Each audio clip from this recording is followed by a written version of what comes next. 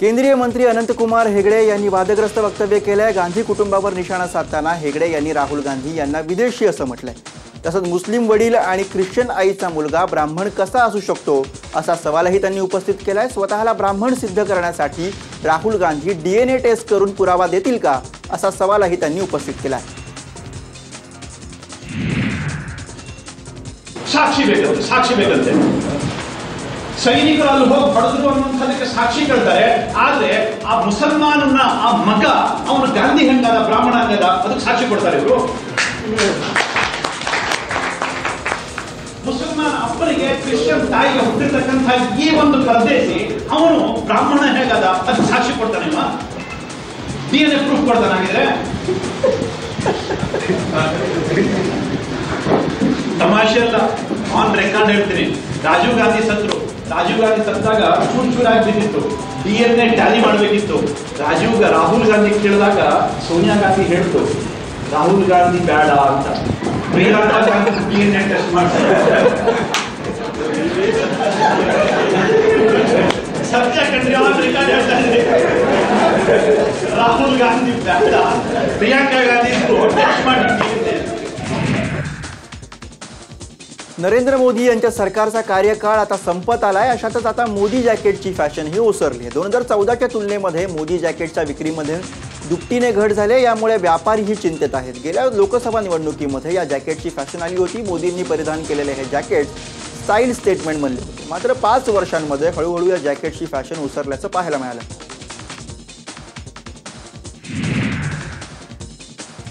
लोकसभा निवडणूक लढवणार नसल्याचं शरद पवारांनी जाहीर केलंय। शरद पवार माढा मतदारसंघातून निवडणूक लढवणार अशी चर्चा गेल्या काही दिवसांपासून होती। मात्र एका कुटुंबातील किती व्यक्तींनी निवडणूक लढवायची असं म्हणत पवारांनी आपण माढा मतदारसंघातून लोकसभा निवडणूक लढवणार नसल्याचं स्पष्ट केलंय। तर मावळमधील पार्थ पवार यांच्या उमेदवारीवर राष्ट्रवादी काँग्रेस अध्यक्ष शरद पवारांनी शिक्कामोर्तब केलं।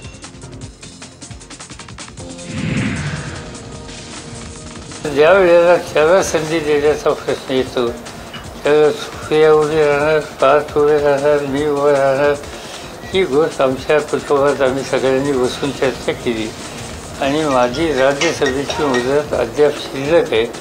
आणि अशा परिस्थितीमध्ये मी स्वतः निवडणुकीला उभं न राहता नव्या पिढीच्या लोकांना या ठिकाणी जे काम करतात त्यांना संधी द्यावी या निष्कर्षाची आम्ही फॅमिली म्हणून आलेलो आहोत। परंतु आम्ही आमच्या पक्षाच्या सहकार्यांना निर्णय त्या ठिकाणी देतो।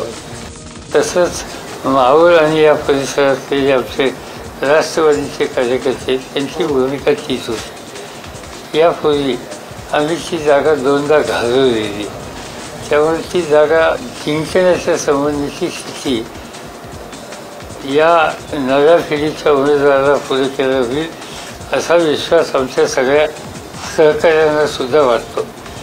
आणि त्यामुळं आमच्यामध्ये पक्षामध्ये अशा या निर्णयापर्यंत आम्ही येतोय की या नव्या पिढीच्या उमेदवाराला संधी द्यावी। साताऱ्यातील एनसीपीच्या कार्यकर्त्यांमध्ये एकी असल्याचं साताऱ्याचे खासदार उदयनराजे भोसलेंनी म्हटलंय। शिवेंद्रराजे आणि आपल्या एकीमध्ये पवारांचा मोठा वाटा असल्याचं उदयनराजे भोसलेंनी सांगितलंय। शिवेंद्रराजे आणि आपल्यात मोठे मतभेद असल्याचं चुकीचं चित्र उभं केल्याचा दावाही उदयनराजे यांनी केलाय। लोकसभा निवडणुकीमध्ये यावेळी एनसीपी चांगली कामगिरी करेल असा विश्वासही उदयनराजे यांनी व्यक्त केला। एकीचं चित्र आहेच। कसं होतं की झडपी, पंचायत समिती, नगरपालिका त्यात कुठंतरी ते कार्यकर्त्यांमध्ये आपापसात हे होतात, तेवढं चालणारच ना। साहेबांचं तर सिंहाचा वाटा आहे, पण त्याचबरोबर असं आहे की तेवढं काय म्हणजे जे असं प्रोजेक्ट केलं गेलं की आमचे आणि आमच्यात आणि शिवेंद्र म्हणजे सगळं एक सॉर्ट जसं तलवारी क्रॉसिंग ते सोडून द्यावं। तर काय जे बाकी मागं काय झालं असेल किरकोळ धक्काबुक्की।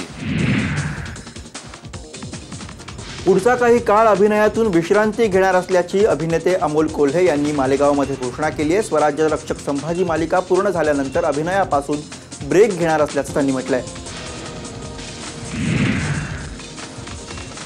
ती म्हणजे ही मालिका करण्याचा मी प्रयत्न करीन, मात्र पुढच्या काही काळामध्ये वैयक्तिक अमोल कोल्हे मालिका अभिनयातून स्वराज्य रक्षक संभाजी ही मालिका संपल्यानंतर मालिका अभिनय या क्षेत्रातून वैयक्तिक अमोल कोल्हे हा काही काळासाठी विश्रांती घेणार आहे, काही काळासाठी मालिका विश्वातून निवृत्ती घेणार आहे. क्रिकेटमध्ये असतं टेस्ट. मनसेचे एकमेव आमदार शरद सोनावणे यांनी मनसेचं इंजिन सोडून आता शिवबंधन हाती बांधले. शरद सोनावणे यांनी शिवसेनेमध्ये प्रवेश केला. यापूर्वी शरद सोनावणे हे शिवसेनेतच होते, मात्र 2014 मध्ये तिकीट नाकारल्याने त्यांनी मनसेमध्ये प्रवेश केला होता. अखेर शरद सोनावणे यांनी घरवापसी केली आहे.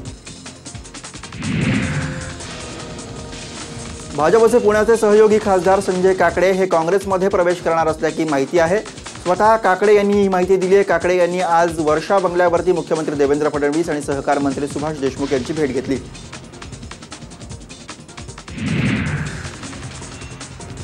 शिवसेनेच्या मुखपत्रातून भाजप आणि काँग्रेसला टोला लगावण्यात आलाय. काश्मीरमध्ये शांतता नांदवू आणि राम मंदिर अयोध्येमध्ये उभारू ही घोषणा 2014च्या निवडणुकीमध्ये भाजपला मोठं यश देऊन गेली.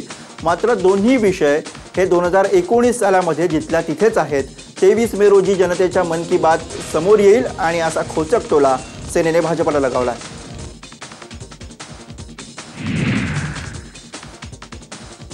शिर्डीच्या साई संस्थानांवरील शिवसेनेच्या 3 विश्वस्तांचं विश्वस्तपद हे रद्द करण्यात आले आहे. विश्वस्त मंडळाच्या बैठकांना सातत्याने गैरहजर राहिल्यामुळे राज्य सरकारने अध्यादेश काढून तिघांचं विश्वस्तपद रद्द केलंय.